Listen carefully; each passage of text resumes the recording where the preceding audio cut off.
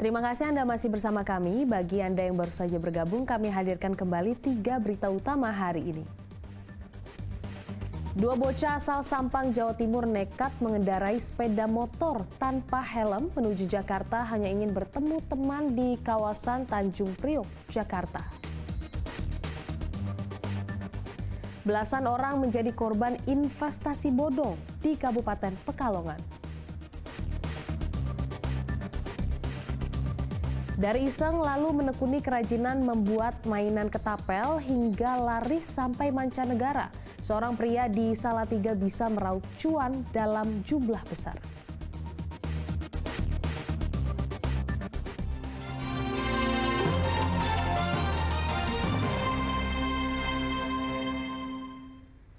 Wajah sepak bola tanah air kembali tercoreng oleh ulah puluhan supporter Persibas Banyumas.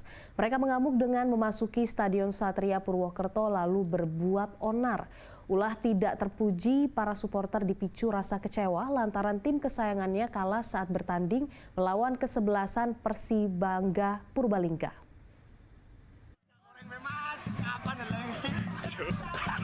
Kerucuhan seketika terjadi saat laga antara tim tuan rumah Persibas Banyumas melawan Persibangga Purbalingga memasuki akhir babak kedua. Para supporter langsung memasuki Stadion Satria Purwokerto dengan membobol pagar lapangan yang terkunci Rabu sore. Para supporter menjadi beringas dengan merusak fasilitas stadion. Polisi tidak berdaya sehingga aksi supporter makin liar dengan membakar spanduk di tengah lapangan. Mereka memaksa permainan dibubarkan lantaran kesal tim kesayangannya kalah. Itu sebenarnya wujud kekecewaan supporter dari beberapa tahun ini, total 4 tahun ya kita dibohongin naik liga turun lah, bullshit itu semua Pak.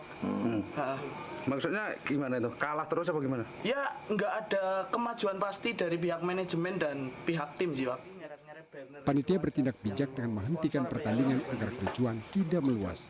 Pertandingan kompetisi Divisi 3 PSSI berakhir dengan skor sama kuat 1-1 sehingga kedua tim gagal lolos ke fase grup.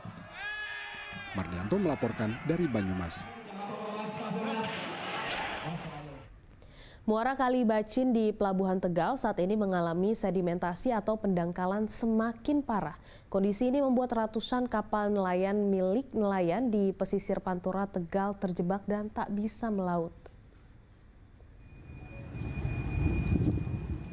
Pendangkalan menutupi permukaan Kali Bacin di Pelabuhan Tegal, tepatnya di Kelurahan Mintaragen, Kecamatan Tegal Timur, Kota Tegal. Penumpukan sedimentasi berupa material sampah, pasir laut, serta pepohonan liar tumbuh di tengah sungai, bahkan menggunung hampir rata dengan ketinggian permukaan Kali Bacin. Akibatnya ratusan kapal nelayan di wilayah pesisir Pantura, Kota Tegal ini kesulitan melaut. Kondisi pendangkalan di muara sungai Kali Bacin sudah berlangsung lama, hampir 10 bulan berjalan. Namun hingga saat ini belum ada penanganan serius dari PT Pelindo Pelabuhan Tegal. Padahal para pemilik kapal selalu dimintai pajak seperti pungutan hasil perikanan saat lelang ikan sebesar 2,78%, retribusi penerimaan negara bukan pajak sebesar 10%, dan pungutan tambat labu yang dibayarkan setiap kapal akan melaut.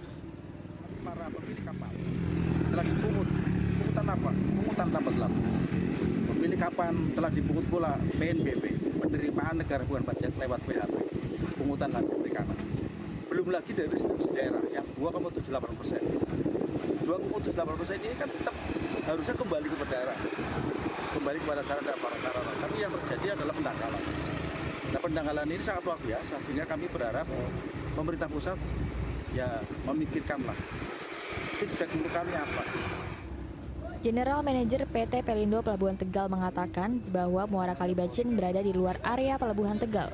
Pendangkalan yang terjadi di muara sungai merupakan tanggung jawab Balai Besar Wilayah Sungai. Kalau sungai Kali Bacin itu setahu kami kewenangannya ada di BPWS, di Balai Besar Wilayah Sungai. Jadi bukan kolam namanya, kalau kolam pelabuhan ya ini.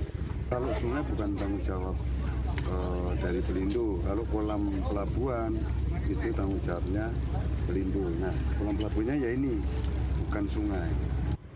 Jika sedimentasi di Muara Kali Bacin tak segera ditangani, para pemilik kapal dan ratusan ABK di Pelabuhan Tegal akan menggelar unjuk rasa. Sugiartono melaporkan dari Kota Tegal.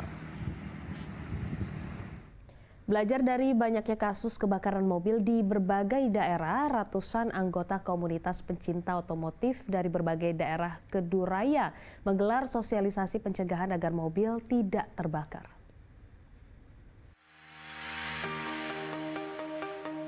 Ratusan pecinta otomotif dari berbagai merek dan jenis mobil ini saling berkumpul di lapangan Pujon, Kecamatan Borobudur, Kabupaten Magelang. Berkumpulnya para anggota dari berbagai komunitas ini menggelar sosialisasi pencegahan agar mobil tidak terbakar. Harapannya mereka sudah bisa ngecek mobilnya sendiri-sendiri dan di situ juga bisa untuk lebih ekstra dalam perawatan mobilnya. Contohnya di situ ada selang-selang karet yang mungkin dengan situasi kemarau seperti ini sudah tua dan mungkin mudah rusak. Dan juga kalau kita parkir di tempat yang panas, memang harapannya di dalamnya tidak ada barang-barang yang mudah terbakar juga. Selain berbagi ide dan ilmu bagaimana cara untuk mengantisipasi agar mobil tidak terbakar, para anggota komunitas juga diajarkan tips dan trik pemeriksaan mesin mobil saat dalam kondisi suhu panas. Itu akan menjadi kebiasaan yang baik, atau artinya lebih hati-hati terhadap dengan kondisi kemarau yang memanjang. Kita lebih menjaga karena hampir beberapa kali kita lihat di medsos terjadi kebakaran, tiba-tiba mobil posisi parkir atau sedang tidak dihidupkan. Itu tentunya bukan karena konslet, karena mobil posisi off. Tentunya itu ada bahan sesuatu yang mudah terbakar oleh panas. Terdapat 300 mobil yang berasal dari 38 klub dari Keduraya yang ikut acara ini. Di antaranya klub pecinta otomotif dari Magelang, Temanggung, Wonosobo, Purworejo, dan Kebumen. Wahyudiono melaporkan dari Kabupaten Magelang.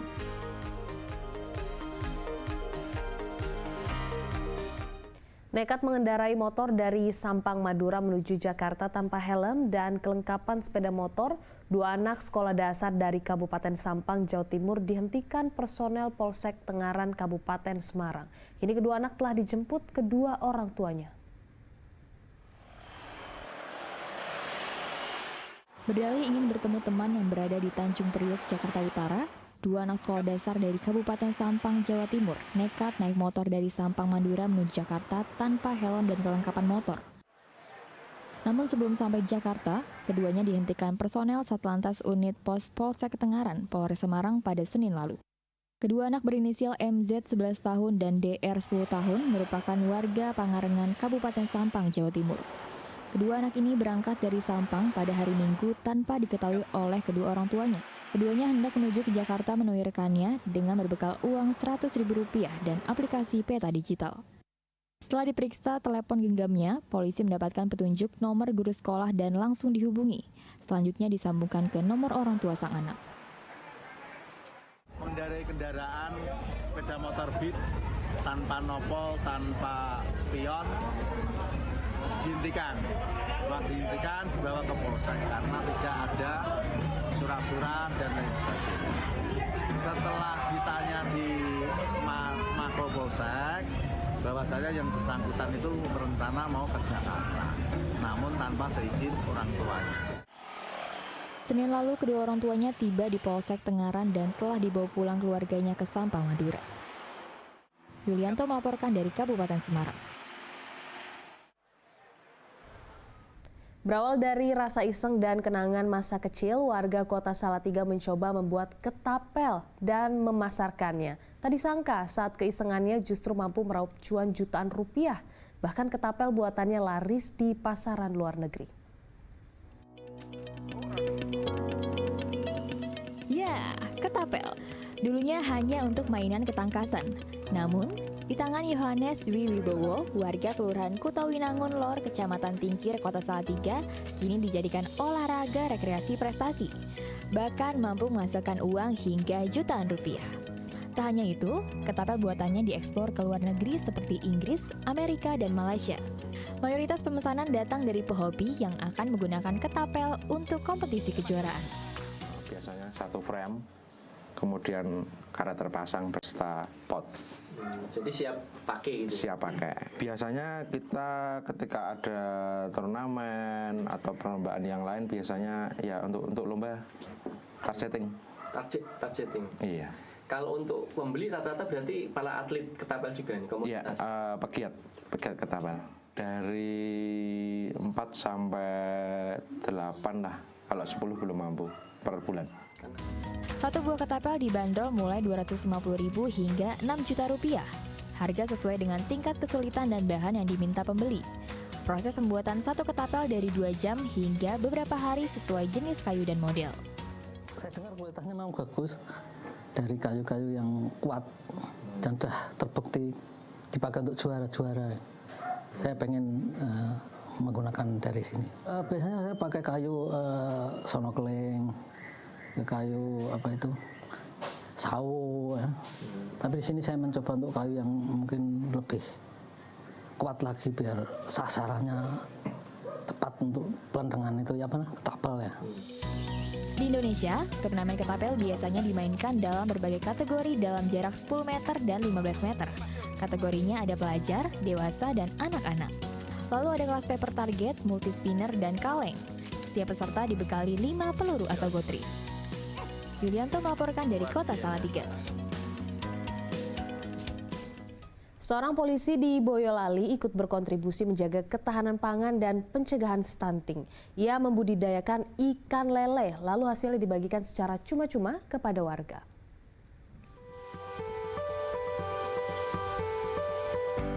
Sosok Bribka Arianto Wibowo begitu dikenal warga desa Gagak Sipat di Kecamatan Ngemplak, Boyolali. Selain sebagai Babin Kantipmas, sosok polisi yang satu ini juga dikenal ikut berkontribusi meningkatkan asupan gizi bagi warga. Ya, di sela-sela tugasnya sebagai polisi, Bribka Wibowo membudidayakan lele di lahan milik desa. Sejak tahun 2020 lalu, ia ikut berkontribusi menjaga ketahanan pangan saat wabah COVID-19 melanda. Ia bekerjasama dengan pemerintah desa dan warga, bahu-membahu memelihara lele untuk kemudian dibagikan secara gratis kepada warga. Saat wabah COVID-19 berlalu, Bribka Wibowo tetap meneruskan budidaya lele untuk memenuhi kebutuhan gizi warga. Bahkan dari 1 kolam kini berkembang pesat menjadi 9 kolam. Selain dibagikan gratis, sebagian panen lele dijual untuk kebutuhan membeli bibit baru.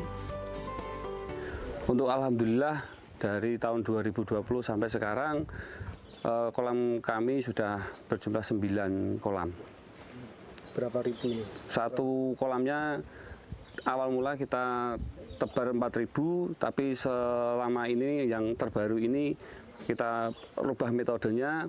Per kolam itu kita isi 5.000, dan kita sisakan kolam kosong untuk 2 untuk sortiran yang kecil-kecil seperti itu. Untuk panennya kita jangkanya itu tidak pasti juga, tergantung bibitnya juga. Ada yang 2,5 bulan sudah bisa dipanen, ada yang 3 bulan, dan ada yang lebih juga. Bribka Wibowo turun langsung berkeliling dari satu rumah ke rumah lainnya untuk membagikan lele kepada warga. Tidak heran sosoknya begitu disayang warga. Banget Pak, bisa buat lauk sak keluarga. Senang banget. Udah sering Pak Babin bagikan? Udah sering. Kalau satu bungkus berapa isinya? Berapa ekor? Berapa ya, paling enggak ya sekitar 9-10. Itu sangat bantu karena paling tidak juga tambah gizi lah gitu untuk warga kita yang sekitar kolam ini, dan juga kemarin juga pernah di luar RT ini juga dibagi juga. Desa Gagak Sipat dihuni 50 kepala keluarga. Pembagian lele juga diharapkan bisa menurunkan angka stunting. Yulianto melaporkan dari Boyolali.